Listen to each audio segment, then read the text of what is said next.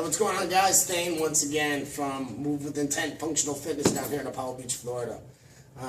Today we're going to do a little tutorial on how to throw a jab in a straight properly.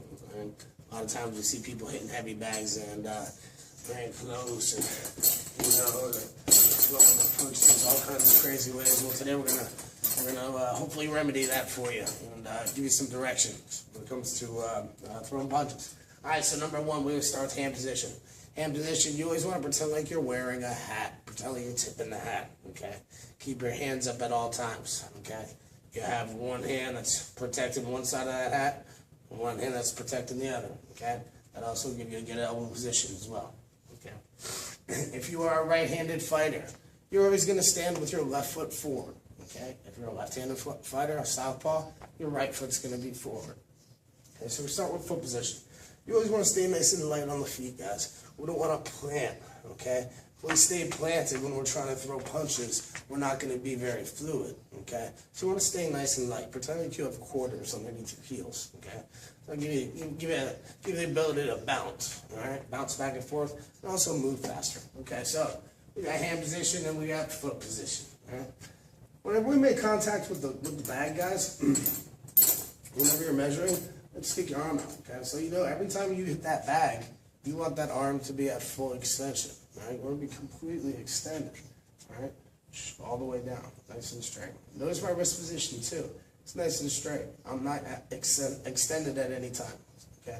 So keep it nice and straight. That creates a very strong link in the wrist when you do that, okay? So we want to get full extension when we're throwing those jabs.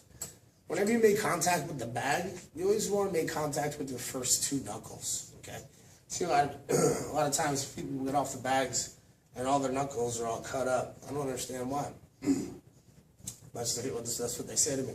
They say, well, you're not hit with the correct knuckles. You're supposed to hit the first two. So when you're throwing your jab, always remember speed equals power, okay? Don't worry about hitting the bag hard. Okay, practice the movement first. Power will come over time, no doubt. Okay, so when we're throwing that jab, okay, what you want to do is you're going to pretend like you're holding a drink, okay, and you want to pour that drink out every time you make contact, all right? So think about shoulders being down, nice and relaxed. Pour that drink out, okay? Pour that drink out. Now notice how I make contact, my arm is straight all the time, okay? If I'm in too close and I try to jab, number one, it's not powerful, and number two, you might roll your wrist, all right? And that won't be good for you. Okay, so with jab, speed equals power, okay? I'm throwing that jab, I'm keeping my shoulder nice and tucked, all right? I have my foot pointed at a 45-degree angle, shoulders are down, okay? Look, I throw that jab, I bring it right back, okay? Jab, bring it right back, okay? Just practice that. If you're working with a heavy bag and you're working on your own, all right? I would just break down these punches, break down the jab, and just keep on throwing it till you perfect it, okay? When you perfect the jab, then you go on to throwing your 1-2s, okay?